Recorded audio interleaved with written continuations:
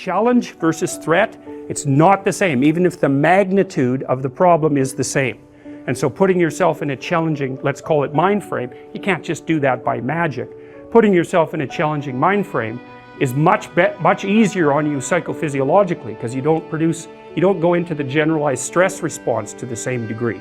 And you're activating your exploratory and seeking systems, which are dopaminergically mediated and that involve positive emotion. So if you can face something voluntarily rather than having it chase you, it's way better for you psychophysiologically. So that's partly why, well, it's worthwhile to go find the dragon in its lair instead of waiting for it to come and eat you. So, and especially when you also add the idea that if you go find the dragon in its lair, you might find it when it's a baby instead of a full-fledged bloody monster that is definitely going to take you down. And so that's part of the reason why, well, there's a whole bunch of things that emerge out of that observation, like don't avoid small problems that you know are there. Face them, because they'll grow into big problems all by themselves. And you can think about, imagine the tax department sends you a notification. You owe them like $300. Well, it's you know, that's annoying. Maybe you don't even want to open the letter. Or maybe if you do, you just put it on the shelf. But that damn thing doesn't just sit there like a piece of paper on the shelf, right? You ignore that for 5 or 6 years, it's going to become attached to all sorts of horrible things. And if you ignore it long enough, you get the idea. It's going to turn into something that is completely unlike the little piece of paper that it's written on. And many problems in life are like that. You'll see that they pop their ugly little head up, and you know, and you might want to turn away. You might not want to think about it, which is the easiest way of turning away, right? You just don't attend to it. It's not like you repress it or anything like that. You just fail to attend to it. And that's as a long-term strategy, it's dismal. It's also something I think that's more characteristic of people who are high in neuroticism and high in agreeableness, because agreeable people don't like conflict. And people who are high in neuroticism, who are high in negative emotion, are hit harder per unit of uncertainty or threat. And so, you know, and that's partly why in psychotherapy, a lot of times the people you see need assertiveness training, so that would be the opposite of agreeableness, or they need to help get their anxiety and emotional pain under control. Those are not the only reasons. There's antisocial behavior, but you can't fix that in therapy in all likelihood. There's alcoholism. There's lots of other reasons, but those are two major reasons. I bought this cottage up north in northern Canada, and it's very dark up there. And you can go onto the dock at night, and it's dark enough so you can see the Milky Way, you know, and it has to be pretty dark before you can see the Milky Way. And it's very impressive. You know what that's like if you've been out to see the night sky, or maybe you feel the same way when you see the Grand Canyon, or a remarkable waterfall, or some particularly beautiful scene, or perhaps you feel that way in a cathedral, or more likely you feel that way when you're listening to music that really grips you, right? And it's all the same experience. It's an experience of awe, and it's way down low in your nervous system, like the orienting reflex. It's not a cognitive response precisely. It's a precognitive emotional response that signifies significance. And you look up at the night sky, and it fills you with a sense of awe. But it doesn't just do that. You see, it activates the impulse to imitate, which is a very deep motivation in human beings. We're unbelievable mimics. We mimic each other all the time, which is why we all use the same words, let's say. We're very good at embodying other people's embodiments. It's a particular talent that human beings have, and we're so good at that we imitate all sorts of things that aren't even human. And so then you view this expansive night sky, and a sense of awe fills you as you confront the infinite. And it calls to something inside of you that can master the infinite. And that's a form of imitation, right? To look into the darkest place, the most wide expanse possible, and to have something inside you respond that's capable of dealing with that. That's that instinct to imitate. And that's calling the best out of you, and that's why you love doing that. And it isn't just that you love it, it's that you cannot live without it. You cannot live without it.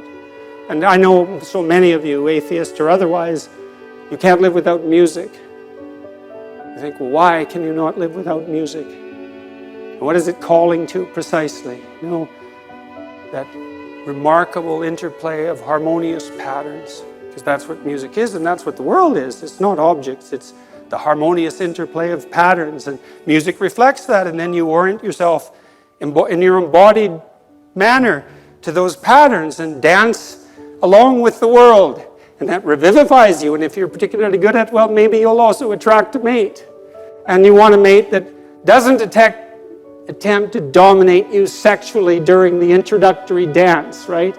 You want a mate who will play along with you and match your movements to theirs, so that you can see that there's a harmonious interplay between the two of you as you meet in play, soul to soul, if you can manage it. And everyone knows that. And that capacity that's called out in the dance is the same capacity that's called out by the night sky, and it's the same thing that's represented in those Byzantine churches. You look deep enough into infinity and you find your destiny. And that destiny is everything you could be. And we all know that, and this is what men and women search for in each other. You know, if you're rejected by a woman, well, why is she rejecting you? Well, maybe her judgment is off, and that would be very, what would you say, convenient for you. But she's rejecting you because you are not all that you could be, and maybe not even all that you need to be. And so that's a very painful rejection, and it causes all sorts of tension between men and women. But, you know, women have a lot at stake in this game. And so they're looking for something, what? Powerful, dominating, brutal, terrible? No. Something perhaps capable of that. But even more important, capable of mastering it, right? And capable of singing despite that. We all know that's true, and the shame that men feel when they're rejected by women is precisely the shame that they feel at knowing deep in their heart that they have not lived up to what they are capable of being.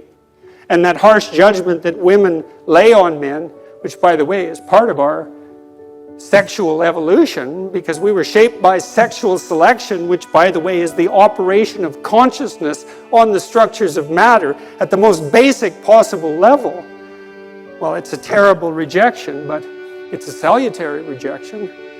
And that process of differentiated choice has shaped us into what we are. That action of consciousness, wanting the best from a potential partner and selecting, at least in part, on that basis. And men participate in that too, in the Meistersinger manner. You know, men aren't competing for dominance with each other constantly in a zero-sum game to achieve sexual dominance. There's an element of that, right? Because some things are a zero-sum game, but men are perfectly capable and more than willing, in fact, to aggregate themselves into skilled groups and to celebrate the elevation of the most skilled above all else.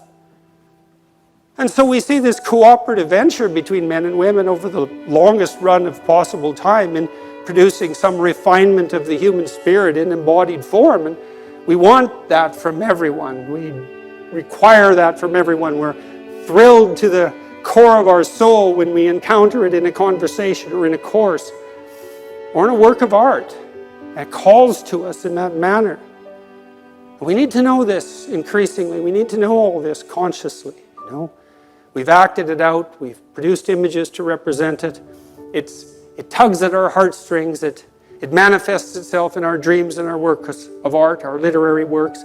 It's all lurking there in some sense, and it's not the satanic power of corrupt oppression, not fundamentally. That's a far weaker force than that which can overcome it.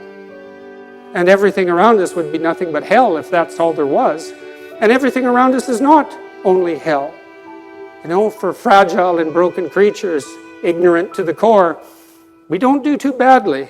And people are capable of a nobility, especially under the duress of suffering, that's virtually miraculous when you encounter it. And it's so heartening to see that, and you've seen it in the people that you love when they're going through terrible trials. You know, people become corrupt and embittered by their catastrophes, and it's no wonder. But certainly in the main, that's not the fundamental human response. The fundamental human response is keep calm and carry on, you know, and good on you for that. And so,